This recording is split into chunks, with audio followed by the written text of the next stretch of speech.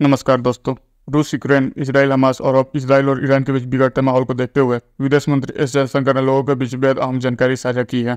आपको बता दें कि रूस और यूक्रेन में चल रहे भीषण युद्ध और वर्तमान समय में इसराइल और ईरान के बीच बढ़ते तनाव के कारण दुनिया भर में कई देशों को विभिन्न तरह की चुनौतियों का सामना करना पड़ रहा है। और इसी बीच विदेश मंत्री एस जयशंकर ने भी अब दुनिया भर से लगातार सामने आ रही भयानक तस्वीरों को लेकर बेहद चिंता जताया है। आपको बता दें कि मंगलवार को विदेश मंत्री एस जयशंकर दिल्ली में एक कार्यक्रम में पहुंचे हुए थे, जहां उनसे दुनिया में हो रही प्राकृतिक, राजनीतिक और सैन्य घटनाओं को लेकर उनका राय पूछा गया। जिस पर विदेश मंत्री एस जयशंकर ने कहा कि यूक्रेन और रूस के बीच तकरीबन 2.5 साल से युद्ध चल रहा है और इसी बीच मिडिल ईस्ट और साउथ ईस्ट एशिया में भी सैन्य तनाव, आर्थिक चुनौतियां और जलवायु परिवर्तन की घटनाएं बेहद खतरनाक हो रही हैं। एस जयशंकर ने कहा कि दुनिया में जिस तरह की आर्थिक चुनौतियां देखने को मिल रही हैं, उससे कहीं ज़्यादा अधिक देश संघर्ष कर रहे हैं। एस जयशंकर ने कहा कि देशों में विदेशी मुद्रा की भी कमी देखने को मिल रही है, जिसके बाद वर्तमान की परिस्थिति में व्यापार करने में भी कठिनाई हो रही है। बता दें कि एस जयशंकर ने गाजा में हो रहे संघर्ष और ईरान समर्थित हूती मिलिशिया द्वारा लाल सागर में कमर्शियल जहाजों में लगातार लूट की बढ़ती घटनाओं पर भी चिंता व्यक्त किया है।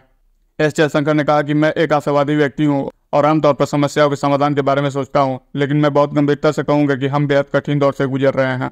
जिसके बाद एस जयशंकर ने आगामी 5 वर्षों को लेकर बहुत ही गंभीर पूर्वानुमान किया है। एस जयशंकर ने कहा कि middle east, Ukraine, south east और ईस्ट एशिया में जो हो रहा है वो आप सभी देख रहे हैं। बता दें कि एस जयशंकर ने कोविड को लेकर भी बेहद चिंता जताया है। उन्होंने कहा कि हम कोविड को हल्के में ले रहे हैं, लेकिन कोरोना के जिस भयावह दौर से हम सभी सुरक्षित निकल आए हैं, उस कोविड का प्रभाव अभी भी जारी है।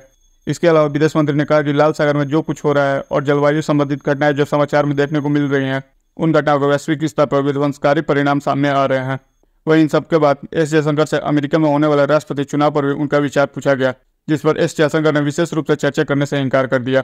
बता दें विदेश मंत्री ने अमेरिका में होने वाले राष्ट्रपति चुनाव पर कहा कि हम अन्य देशों की चुनाव पर टिप्पणी नहीं करते हैं।